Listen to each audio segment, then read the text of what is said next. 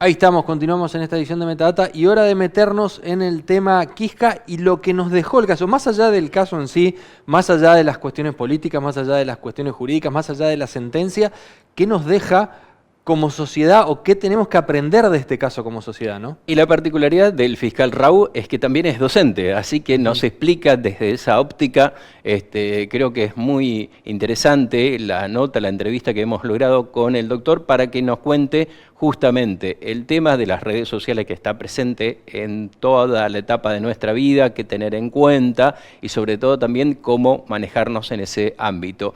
Y también, como decíamos en la presentación, muchos interesados, estudiantes, abogados, para conocer un poco más sobre esta causa. Por eso le consultamos todo esto al doctor Raúl. Y estuvimos hablando de la importancia que significa haber investigado este proceso y sobre todo también un hecho que seguramente va a tener mayor continuidad en el ámbito judicial. Bien lo remarcaba el propio doctor, que es el tema del momento, sin duda uno de los delitos que seguramente vamos a estar muy atentos a que pueda ocurrir, porque hay mucho manejo de parte de los jóvenes que tampoco conocen mucho este mundo y se meten por ahí a naufragar, y estas consecuencias hay que estar muy atento de lo que pueda ocurrir, ¿no? Sí, yo creo que fue algo de un poco lo que tuve o traté de resumir en la conclusión del alegato cuando hice la referencia al cuco. Ciertamente Internet nos expone a un montón de riesgos. Sí. Y la vulnerabilidad por ahí no está asociada solamente a los jóvenes o a los niños, niñas y adolescentes, sino un poco a todos, porque dependiendo de qué tipo de delito estemos hablando, va a haber personas que estén más o menos expuestas a sufrir las consecuencias negativas de lo que acontece en la red, ¿no? Claro. Nosotros los más grandes por ahí tenemos un poco más de conciencia sobre todo lo que es este tipo de casos, pero también estamos más expuestos a otro tipo de delictivo como son las estafas bancarias y todo lo que digamos implica el robo de identidad de cuentas bancarias, el hackeo de teléfonos celulares y demás, Sí. ¿no? Entonces yo creo que hay ciertamente un montón de riesgos que son o abordan un público objetivo, ¿no? Sí. Y esto tiene vinculación con que en la red de internet hay cibercriminales que buscan eso, ¿no? Y explotan vulnerabilidades específicamente, y son grupos muy grandes que tienen hasta organigramas como de pequeñas o medianas o grandes empresas, ¿no? Claro. Entonces es muy difícil porque parte de todo lo que es, ¿cómo decirlo? Ingeniería social, ¿no? Sí. Estudiar las falencias de cada grupo etario, de cada persona objetivo y explotarlas para lograr algún beneficio. Sea con los niños, niñas y adolescentes, lamentablemente cuestiones vinculadas al desarrollo psicosexual, a la integridad sexual, ¿no? Claro. Y personas más grandes por ahí vinculadas al aspecto económico, al espionaje, a un montón de conductas que dependiendo del estamento donde nosotros nos estemos parados vamos a hacer o no más apetecible para los ciberdelincuentes. Claro. De una manera o de otra. Entonces es global la cosa. Doctor, ¿qué tan grave y diferencia hay entre el consumo y la distribución de este tipo digamos, de imágenes, de filmaciones en las redes? La verdad, la gravedad se traduce un poco en la pena. Sí. ¿Sí? Cuando estamos hablando de delitos como este, yo no recuerdo puntualmente todas las escalas penales. Siempre cuando doy clases en la universidad digo, chequeen el número de artículo, el número particular, porque se me suele escapar, ¿no? Pero estamos hablando, por ejemplo, de la tenencia de una pena de 1 año y algo y moneda, ¿no? Respecto de la otra con 8 Claro. como máximo, ¿no? Entonces hay ciertamente un cambio cualitativo en la escala penal que habla de la gravedad de una conducta o de otra, pero no podemos dejar de mencionar de que en ambos casos estamos hablando de un delito penal, ¿no? Uh-huh. Entonces, bueno, ciertamente cuando uno habla de un ilícito penal ya tiene que enrostrarle cierta gravedad a la conducta, porque si no sería abordado por otro ámbito del derecho, por ejemplo el contravencional, el civil, Claro. administrativo, etcétera, ¿no?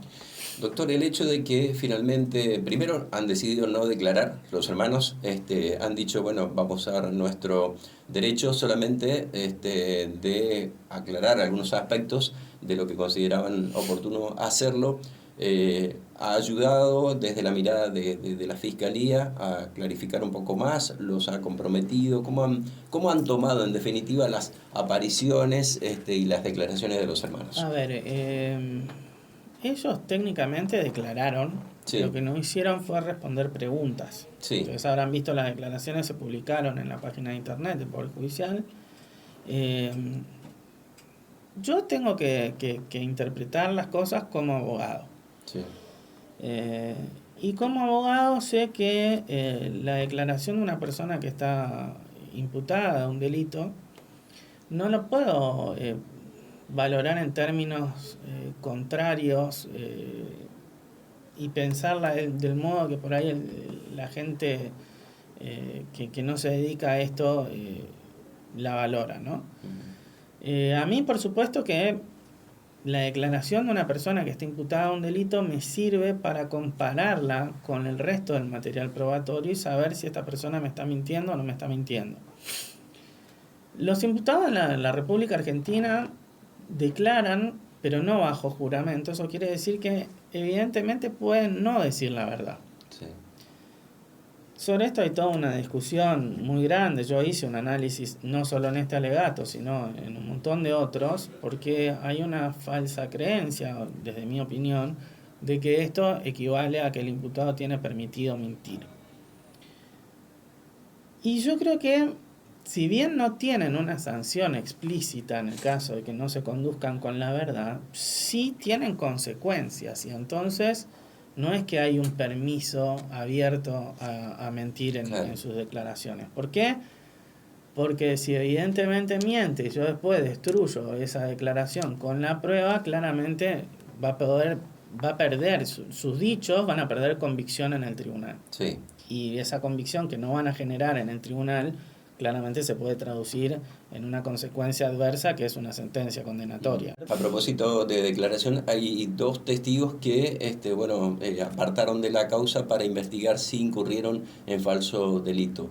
Técnicamente, ¿qué tipo de sentencia le puede caber si es que se comprueba efectivamente, en el caso del padre de las 2 personas que fueron condenadas, de la familia Quisca y de Pedro Puerta, ¿no? Entiendo la pregunta. Yo personalmente no puedo, decirte el tema de qué sanción le va a corresponder, porque es aventurarme un poco demasiado adelante en el tiempo, ¿no? Nosotros cuando vamos a un juicio oral ya sabemos básicamente lo que vamos a preguntar y la respuesta que vamos a obtener. Claro. Esto tiene que ver con algo técnico. Yo no puedo ir a una audiencia de debate a preguntar algo que no conozco la respuesta. Claro. Desde esa perspectiva, cuando nosotros hacemos una pregunta, ya sabemos qué nos tienen que responder. Y cuando no nos responden lo que nosotros sabemos, claramente empezamos a tener una señal de alerta. Claro. Bueno, en ese sentido, tanto el padre como la otra persona, que es el diputado Pedro Puerta, han dicho cosas que no nos han quedado del todo claras, Claro. lo cual no quiere decir que explícitamente sea un delito, Entiendo. ¿sí? Sino que nosotros como funcionarios públicos, ante la duda de la posibilidad de que se cometa un delito, estamos obligados a pedir lo que se llama la formación de cabeza de sumario, Sí. y la investigación de la posibilidad de ocurrencia de un delito de falso testimonio. Eso va a ir a un nuevo juez y será un nuevo juez el que verá si hay mérito suficiente o no para efectuar una imputación, y si hay una imputación, cómo se sigue para adelante. Por eso sería casi irresponsable de mi parte decirte qué es lo que puede pasar. No obstante, nosotros vamos a ver que el Código Penal para esa clase de delitos prevé una pena de hasta 4 años en el caso de que no sea agravado, y hasta 10 si es en contra del imputado. Pero básicamente eso es lo que dice el Código. Ahora, el resto tiene que decidirlo un juez en el marco de un nuevo proceso penal. Ahí estaba entonces el doctor Raúd contándonos esto que hablábamos hoy al principio de cómo tenemos que empezar a prestarle atención a cosas que están pasando en las redes sociales sobre todo y que como sociedad, como padres, como familia tenemos que empezar a mirar también más allá de las discusiones que dejó en la política y en lo jurídico, que está bueno también algo que estaba ahí al final, que es las causas que se pueden desprender de esta causa, porque Sí. eso también está bueno para aprender cómo de una causa de repente pueden desprenderse de otras, y lo que explicaba sobre el final el doctor Raúd también tiene que ver con esto de, bueno, parece que hay gente que se sospecha que pudo haber mentido, así que eso también implica mentir en una causa, o quizás la sospecha de mentir implica que se abra una investigación paralela y Sí. empieza por otro carril, pero empieza a investigarse eso también. Va a continuar, digamos, hay dos causas exactamente por sospecha de falso testimonio, la de Pedro Puerta y la del padre de Loquisca. Esto van a investigar, va, como ellos dicen, por cuerda separada. Sí. Por otro lado, ya no tiene nada que ver este grupo de fiscales, esto lo va a resolver el juez, pero habrá que ver si efectivamente termina en una sentencia, que también es una pena menor, pero en definitiva puede concretarse en una resolución judicial. Habrá que esperar. Vamos a ir a una pausa y a la vuelta nos metemos en el tema elecciones.